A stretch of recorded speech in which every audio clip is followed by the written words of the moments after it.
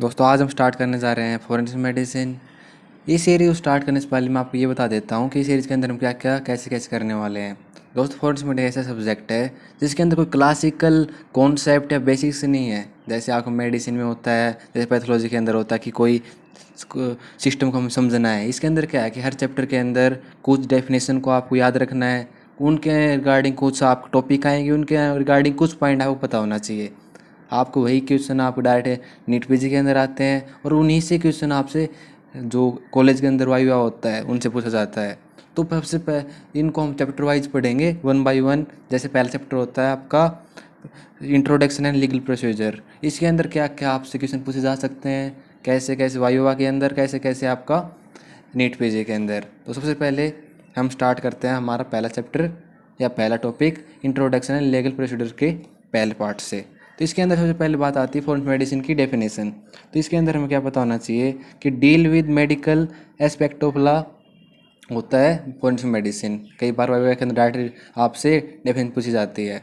उसके बाद medical jurisprudence क्या होता है, ये जो लीगल एस्पेक्ट हैं, लीगल एस्पेक्ट उनके साथ जो मेडिसिन की उनके एस्पेक्ट, इसमें क्या क्या आएगा, जो आपका मेडिकल नेग्लिजेंस केस हैं, कंसेंट लेना होता है, मेडिकल एथिक्स हैं और right and duties of doctors, वो आपके सारे आते हैं मेडिकल जूरिस्प्रूडेंस के अंदर। उसके बाद दोस्त आता है आपका आईपीसी। आईपीसी और सीआरपीसी में क्या डिफरेंस होता है, जो आईपीसी होता है वो आपका डिस्क्राइब करता है ऑफेंस और देयर पनिशमेंट को, और इसके अंदर 511 सेक्शन होते हैं आईपीसी के। आपको दोनों पॉइंट पता होना चाहिए। लेकिन जो सीआरपीसी है, क्रिमिनल प्रोसीजर कोड होता है, वो क्या होता है, जो legal procedure in various criminal matter.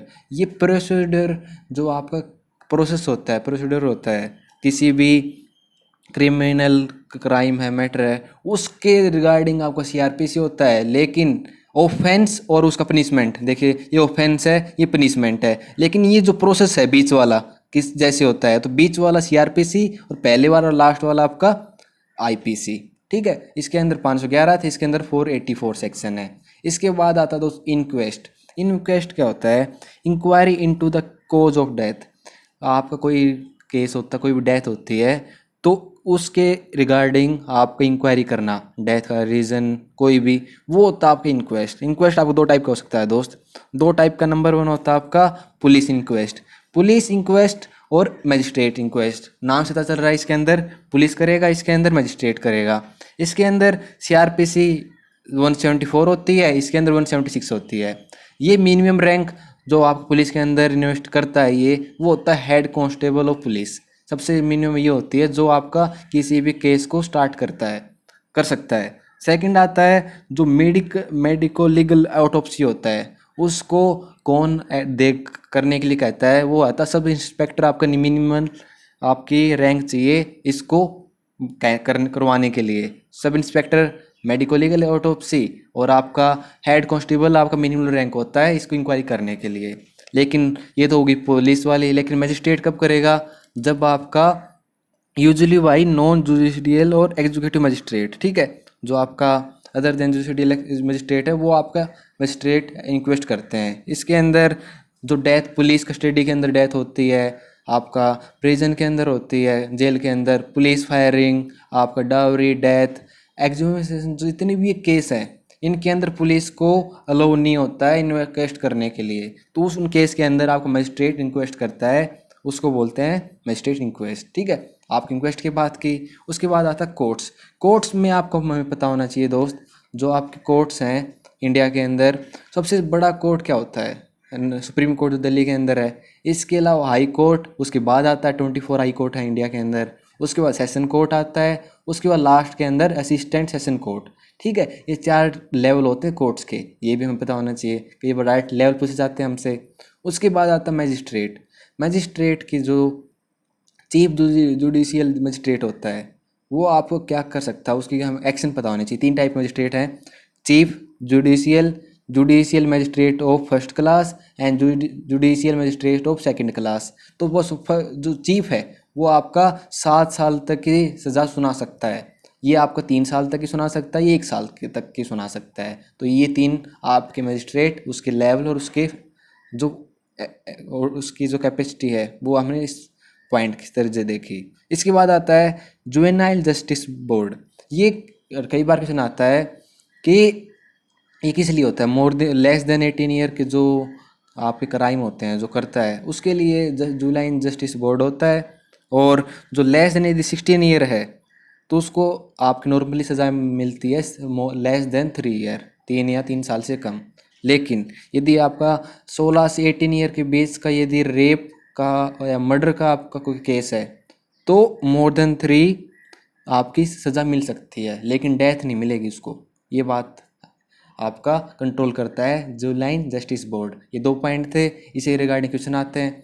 उसके बाद आता है दोस्त कम्यूटेशन ऑफ डेथ सेंटेंस। कौन दे कर सकता है डेथ, फांसी की सज़ा कौन दे सकता है? वो होता है सुप्रीम कोर्ट, आपका प्रेसिडेंट ऑफ इंडिया और आपका गवर्नर। मतलब कम्यूटेशन क्या होता है? कम्यूटेशन मतलब इसकी सज़ा को रोक सकता है। सुप्रीम कोर्ट आपका उसको रोक लगा सकता है, प्रेसिडेंट ऑफ इंडिया उसको कैंसिल कर सकता है, और एक गवर्नर।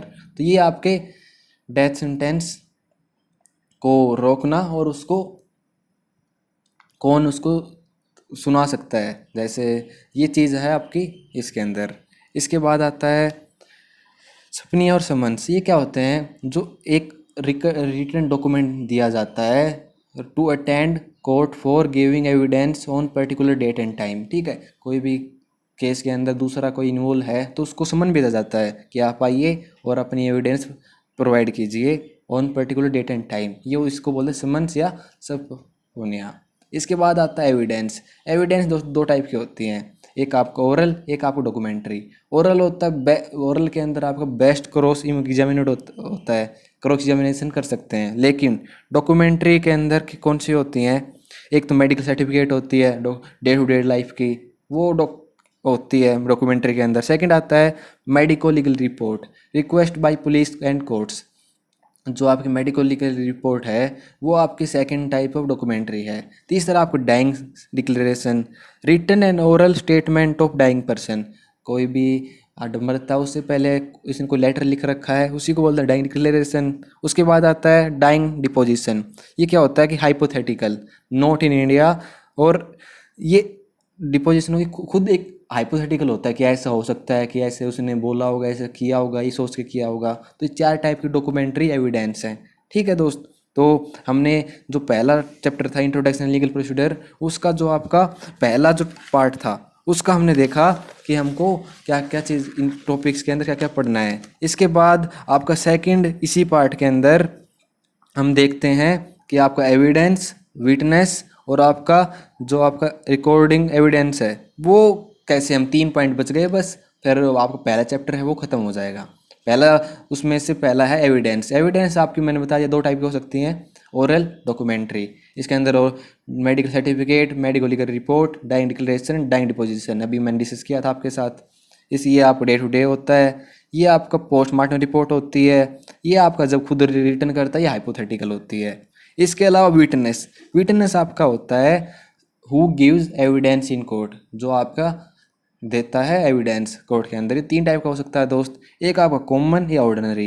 ये कोई भी इंसान यदि कोई क्राइम सीन को या कोई इवेंट को देखता है, यदि वो कोर्ट के अंदर बताता है उसको कॉमन बोलते हैं। Observe by person, example doctor.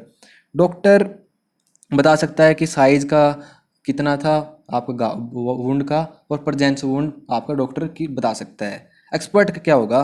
Qualified person. Qualified person इसमें एग्जांपल फिंगरप्रिंट एक्सपर्ट या डॉक्टर।